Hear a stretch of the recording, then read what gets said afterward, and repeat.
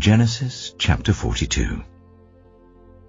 When Jacob learned that there was grain in Egypt, he said to his sons, "Why do you just keep looking at each other?" He continued, "I have heard that there is grain in Egypt. Go down there and buy some for us, so that we may live and not die." Then 10 of Joseph's brothers went down to buy grain from Egypt. But Jacob did not send Benjamin, Joseph's brother, with the others, because he was afraid that harm might come to him. So Israel's sons were among those who went to buy grain, for there was famine in the land of Canaan also. Now Joseph was the governor of the land, the person who sold grain to all its people. So when Joseph's brothers arrived, they bowed down to him with their faces to the ground. As soon as Joseph saw his brothers, he recognized them, but he pretended to be a stranger and spoke harshly to them. "Where do you come from?" he asked. "From the land of Canaan," they replied, "to buy food."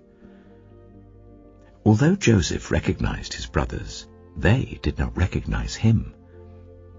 Then he remembered his dreams about them and said to them, "You are spies. You have come to see where our land is unprotected." "No, my lord," they answered. "Your servants have come to buy food. We are all the sons of one man. Your servants are honest men, not spies." "No," he said to them, "you have come to see where our land is unprotected." But they replied, "Your servants were 12 brothers, the sons of one man who lives in the land of Canaan. The youngest is now with our father, and one is no more." Joseph said to them, "It is just as I told you. You are spies. And this is how you will be tested. As surely as Pharaoh lives, you will not leave this place unless your youngest brother comes here. Send one of your number to get your brother. The rest of you will be kept in prison, so that your words may be tested to see if you are telling the truth. If you are not, then as surely as Pharaoh lives, you are spies." And he put them all in custody for 3 days. On the 3rd day, Joseph said to them, "Do this, and you will live, for I fear God. If you are honest men, let one of your brothers stay here in prison, while the rest of you go and take grain back for your starving households. But you must bring your youngest brother to me, so that your words may be verified, and that you may not die." This they proceeded to do.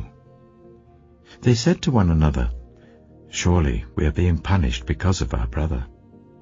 We saw how distressed he was when he pleaded with us for his life, but we would not listen. That's why this distress has come on us." Reuben replied, "Didn't I tell you not to sin against the boy? But you wouldn't listen. Now we must give an accounting for his blood." They did not realize that Joseph could understand them, since he was using an interpreter. He turned away from them and began to weep, but then came back and spoke to them again. He had Simeon taken from them and bound before their eyes. Joseph gave orders to fill their bags with grain, to put each man's silver back in his sack, and to give them provisions for their journey. After this was done for them, they loaded their grain on their donkeys and left.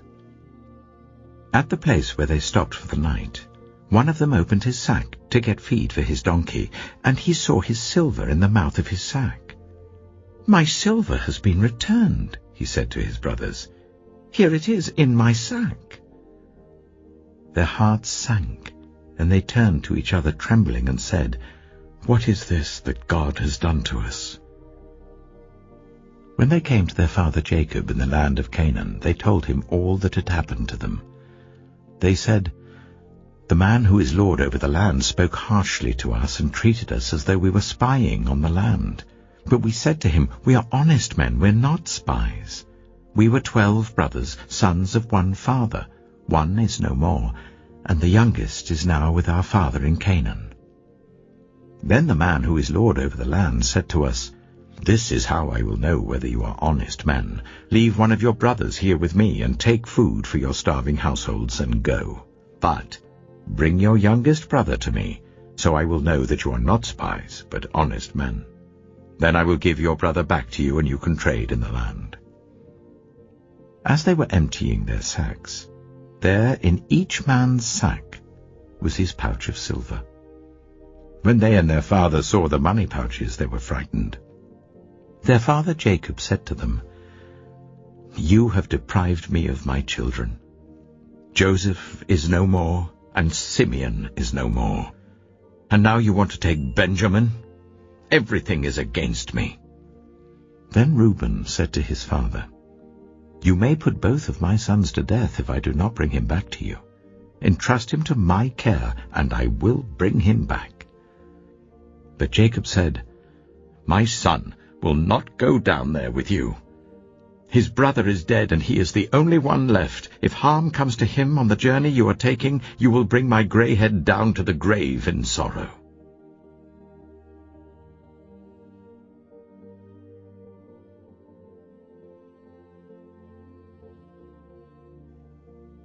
Matthew chapter 18.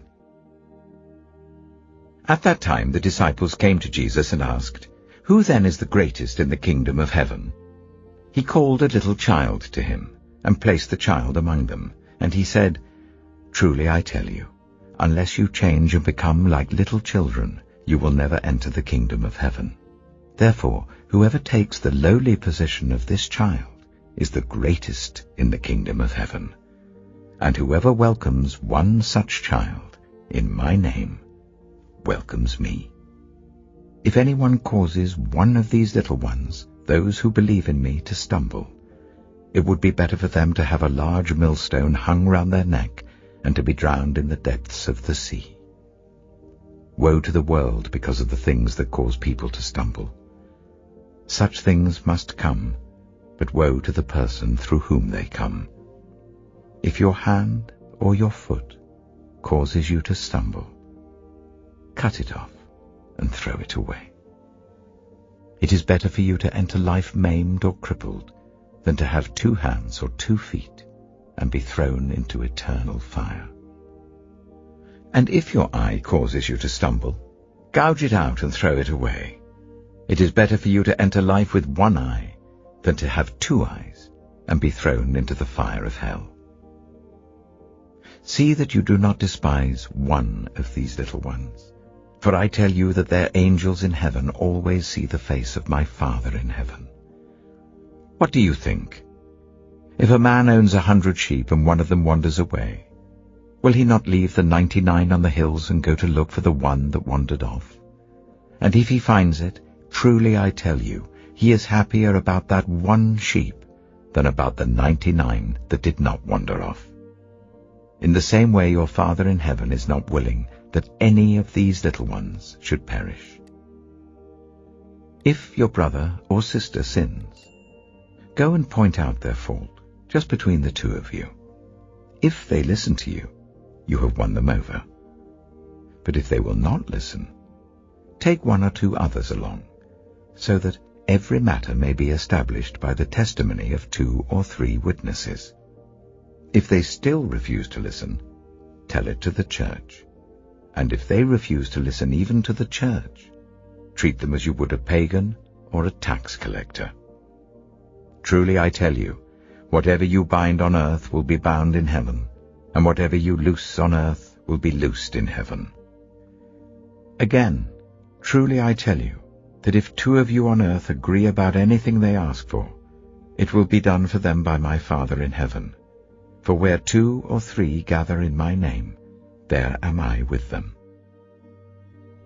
Then Peter came to Jesus and asked, "Lord, how many times shall I forgive my brother or sister who sins against me? Up to 7 times?" Jesus answered, "I tell you, not 7 times, but 77 times. Therefore the kingdom of heaven is like a king who wanted to settle accounts with his servants.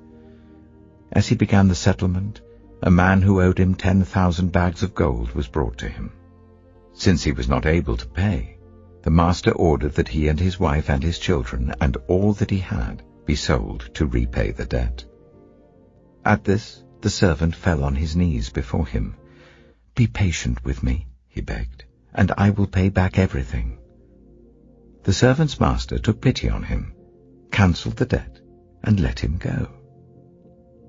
But when that servant went out, he found one of his fellow servants who owed him 100 silver coins. He grabbed him and began to choke him. "Pay back what you owe me," he demanded.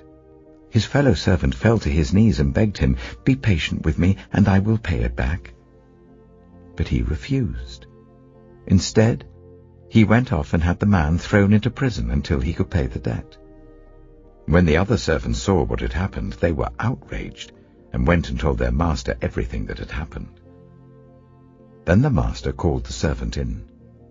"You wicked servant," he said. "I cancelled all that debt of yours because you begged me to. Shouldn't you have had mercy on your fellow servant just as I had on you?" In anger, his master handed him over to the jailers to be tortured until he should pay back all he owed. This is how my heavenly Father will treat each of you unless you forgive your brother or sister from your heart.